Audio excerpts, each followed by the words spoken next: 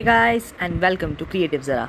तो आज हम डायमेंशन सीरीज़ वॉल्यूम 2 के साथ बिगिन करने वाले हैं। सारे चैप्टर्स को एक्सप्लेन करने वाला हूँ, बट बिफोर दैट हम स्टार्ट करें उससे पहले मैं आपको एक इंपॉर्टेंट चीज़ बताना चाहता हूँ, एक्सप्रेस करना चाहता हूँ technically. Basically volume 1 dimension series का वॉल्यूम 1 की सेल्स ठीक ठाक थी, मतलब okay fine, not that great also, but ठीक है। बट डायमेंशन सीरीज़ वॉल्यूम 2 की एक भी बुक सेल नहीं है, zero sales, and I am very disappointed with e book कहीं से भी पोथी.com, अमेजोन की दोनों साइड से, नोशन पेज, फ्लिपकार्ट, कहीं से नहीं सेल हुई है, and I am very sad with it. तो मुझे लग रहा है कि आप लोगों को लग रहा है कि दो चांसेस हो सकते हैं, या तो आपको लग रहा है कि स्टोरी बहुत बकवास है, तो मैं आपको कुछ इवेंट्स बता देता हूँ जिससे शायद आपको थोड़ा सा इन्जॉयमेंट आपकी बढ़े। तो पहला जो सबसे क्लोजेस्ट इवेंट है वो है एक सॉर्ट ऑफ पैंडेमिक होने वाला है, लाइक वी हैव कोविड-19 right now, exactly in the same way but more deadlier, more scary, and बहुत उस मतलब थोड़ा ज़्यादा खतरनाक है in all the ways technically. और उसके बाद जो फर्दर इवेंट्स हैं वो है सॉर्ट ऑफ आपको वर्ल्ड वॉर होने वाले हैं, एंड देन कोहिनूर चोरी होने वाला है। येस, कोहिनूर जो इंडिया के पास था अभी इंग्लैंड के पास है, सो उसकी एक अलग स्टोरी लाइन है which will be coming soon in the stories. And then we are filled with action. Dhoom जैसी मूवीज़ देखी हैं, मतलब धूम टाइप थोड़ा एक्शन है। उसके बाद और भी हायर लेवल का एक्शन है। हाँ, then we have intergalactic battles in, मतलब थोड़े बहुत ज़्यादा दूर है, बहुत टाइम है उसमें, but still we have them in the future. So I think storyline, मुझे तो नहीं लगता, we can, even the other members don't even think, creative select members. So शायद I think you were thinking that, but शायद इन चीज़ों को सुनने के बाद आपका माइंड अलग हो गया होगा। और अगर आपको लग रहा है कि अनुराग तो सब बता ही देगा, अब इसमें बुक एक्सप्लेनेशन में खरीदने की क्या ज़रूरत है, तो बता दूँ कि मैं आपको एक एज एन आउटलाइन देता हूँ। फुल बुक के बारे में मैं आपको बताता ही नहीं हूँ।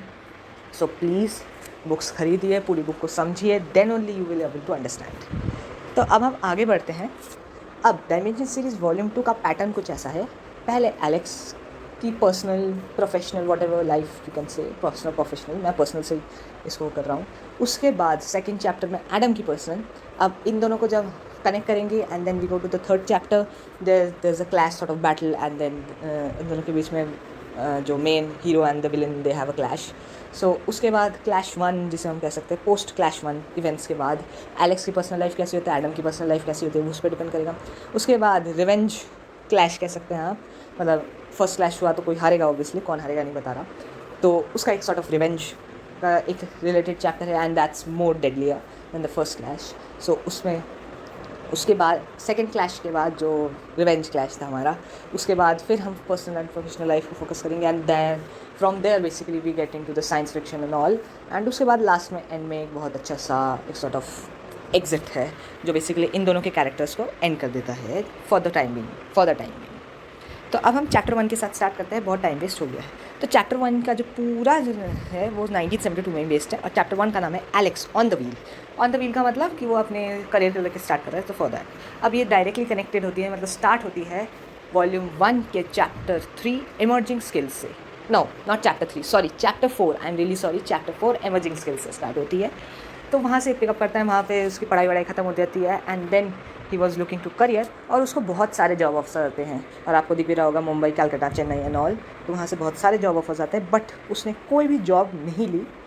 And there was a reason for that कि वो चाहता था कि वो अब्रॉड में काम करे। अब हम सभी जानते हैं कि एलेक्स का पास्ट कितना बुरा था for the first 9 years of after his birth, तो वो नहीं चाहता था कि कोई भी ऐसा हो, तो वो बाहर जाके कमाना चाहता था। एंड इंडिया में हम जानते हैं कि US डॉलर और इंडिया एंड देन यूरोज और इंडियन रुपी में कितना फ़र्क है, तो वो वहाँ पे ज़्यादा पैसा कमाएगा, एंड देन यहाँ पे वो उसको थोड़ा डोनेट करके बच्चों के लिए, मतलब थोड़ा डोनेशन दे सकता है ऑर्फनेज के लिए, दैट्स वाई। तो इसलिए वो वहाँ जाता है, और वो 4 जगह बेसिकली सिलेक्ट करता है, London, New York, Paris and Berlin, जिसमें से 3 यूरोप में है ऑब्वियसली, तो पहले वो यूरोप कवर कर लेता है। एंड आउट ऑफ द 3 वो ये मतलब सॉर्ट ऑफ डिसाइडेड था कि वो बर्लिन ही थोड़ा जाएगा, मतलब उसका वहीं पे ज़्यादा चॉइस था, तो प्रेफरेंस था बेसिकली। उसके बाद जब वो न्यूयॉर्क के लिए निकल रहा होता है, निकल के पहुँच भी जाता है न्यूयॉर्क एयरपोर्ट में, उसके बाद उसको खबर मिलती है कि उसके जो स्टेप फादर थे आइवन वाटसन, उनकी एक रोड एक्सीडेंट हो जाता है बहुत बड़ा, तो ही रश बैक, एंड वो न्यूयॉर्क में कहीं जाता ही नहीं है टेक्निकली, तो वो न्यूयॉर्क से फिर इंडिया आता है, and then by the time he is back उसके फादर की डेथ हो जाती है, मतलब स्टेप फादर आइवन की डेथ हो जाती है। अब ये बहुत ज़्यादा ट्रेमेंडस था, मतलब सॉर्ट ऑफ झटका लग गया। Alex was everyone, technically everyone, कि ऐसा नहीं है कि सबका अलग अलग सबको इफेक्ट पड़ा। अब एलेक्स एंड लॉरा की बात करें, जो भाई बहन थे, तो उनको तो अपनी उनकी लाइफ थी, उनके अलग अलग काम थे, सो दे उनका इफेक्ट शायद एट द पॉइंट बहुत ज़्यादा था, but then they recovered slowly.